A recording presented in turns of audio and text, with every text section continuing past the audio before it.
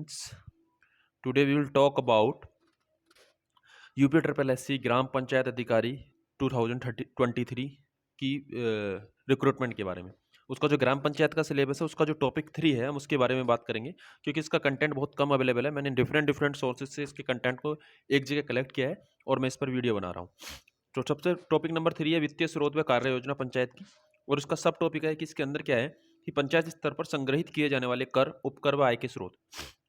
जैसा कि आपको पता है, उत्तर प्रदेश में जो पंचायती राज एक्ट, संयुक्त प्रांत पंचायती राज अधिनियम जो है, वो 27 दिसंबर 1947 को अधिनियमित किया गया गजट में।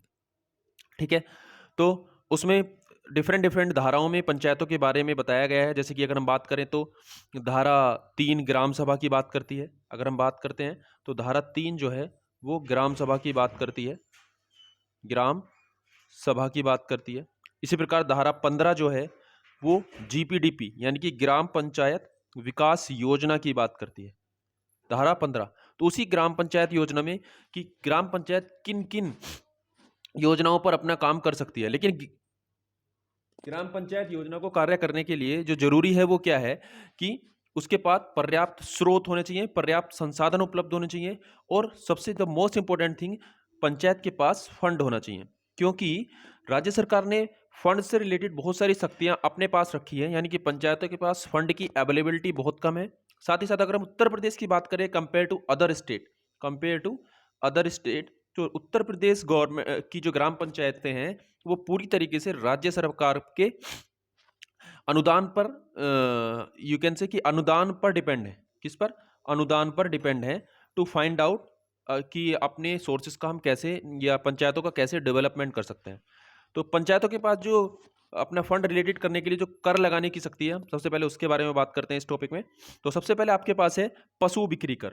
सबसे पहले है आपके पास पशु बिक्री कर, यानी कि पंचायत के क्षेत्र में जो भी पंचायत का क्षेत्र होगा, पंचायत का, उसमें अगर कोई पशु बिक्री होता है तो उस पर पंचायत एक मिनिमम अमाउंट जो डिसाइडेड है उस पर कर लगा सकती है। सड़कों की सफाई व प्रकाश कर, इसका मतलब क्या है, जो स्ट्रीट लाइट्स होती हैं, जैसे आपने अपने गांव की पंचायत में देखा होगा, कहीं कहीं जगह पर गलियों में लाइटें लगी हुई हैं, आजकल जो सोलर लाइट वाली चल रही हैं वो भी। तो साथ ही साथ पंचायत सफाई करवा रही है। अगर आपके लिए पर्टिकुलरली कोई पर्टिकुलर कि इस पर्टिकुलर जगह पर आपके लिए वो काम करे तो उस पर वो कर लगा सकती है। बाजार कर, जो पंचायत के स्तर पर हाट लगते हैं, मेले लगते हैं, बाजार लगते हैं, उनसे वो कर ले सकती है। मनोरंजन कर, यानी कि एक अस्थायी कर है कि अस्थायी रूप से कोई सिनेमा मीन्स पर्दा कोई चल रहा है और उस पर पंचायत कर लगा सकती है। लेकिन वो पंचायत का जो कर होगा वो 5 रुपये पर दिन से, प्रतिदिन से ज्यादा नहीं होगा। 5 रुपये पर डे से ज्यादा मनोरंजन कर नहीं होगा। जल कर, पंचायत के स्वामित्व वाले जगह से अगर आपको जल प्राप्त हो रहा है तो उस पर वो जल कर। The most important that is राज्य वित्त आयोग से प्राप्त अनुदान और केंद्र प्रायोजित योजनाओं से प्राप्त अनुदान। ये दोनों चीजें पंचायत के संसाधनों के लिए इकट्ठा होने के लिए और पंचायतों के विकास के लिए बहुत ज्यादा जरूरी है। दूसरी हम बात करें तो दूरसंचार टावरों पर कर। अगर पंचायत के स्वामित्व वाले क्षेत्र में कोई टावर लगाया जाता है तो हाउस टैक्स, जिसको पंचायत तय करती है।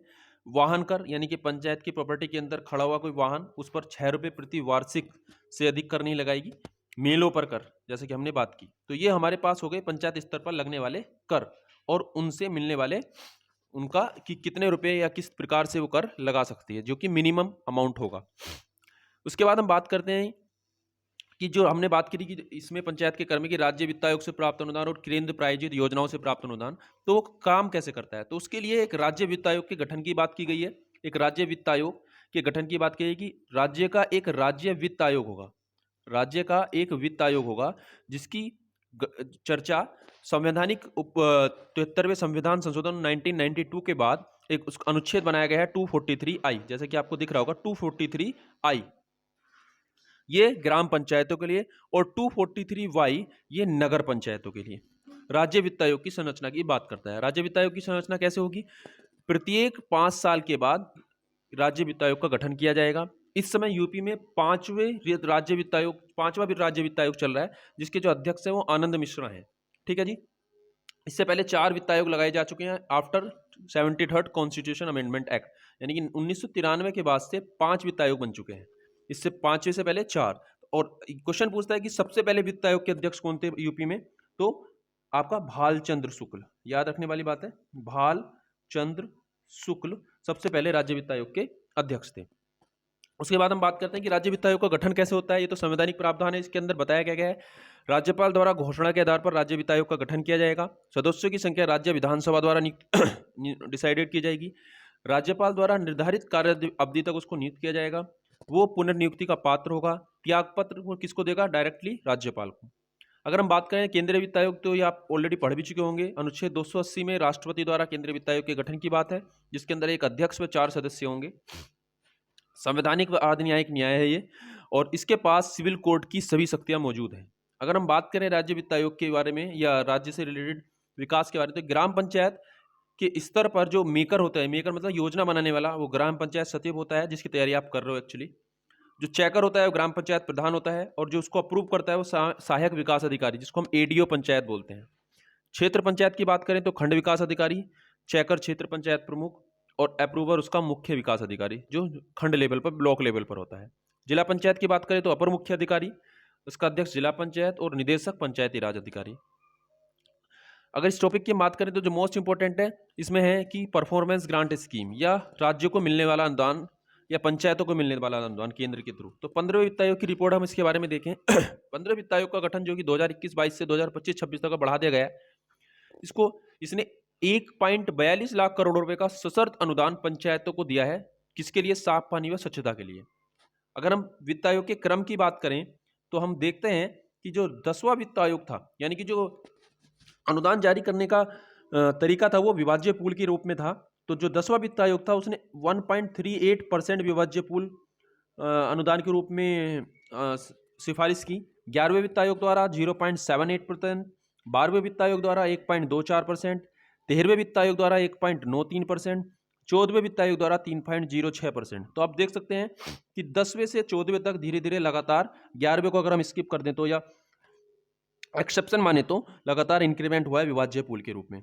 और यहाँ पर जो जारी राशियां हैं, यानी कि कुछ पहले राज्य वित्त आयोग या केंद्रीय वित्त आयोग एक सिफारिश करता है, सिफारिश को मानने के लिए सरकार बाध्य नहीं है, ये एक सलाहकारी निकाय के रूप में काम करता है। इस बात को आपको विशेषकर ध्यान रखना है कि जो वित्त आयोग है वो एक सलाहकारी निकाय है, ठीक है ना, ये एक सलाहकारी निकाय है, तो इसकी बाध्यता नहीं है सरकार के पास। तो सरकार को जो जितना भी इन्होंने अनुदान की पेशकश की थी, जो सरकार ने अनुदान जारी किया वो क्या था, 10वें वित्त आयोग ने 81.6%, 11 ने 82.5, फिर 94.6, 90.7 और 89.6%।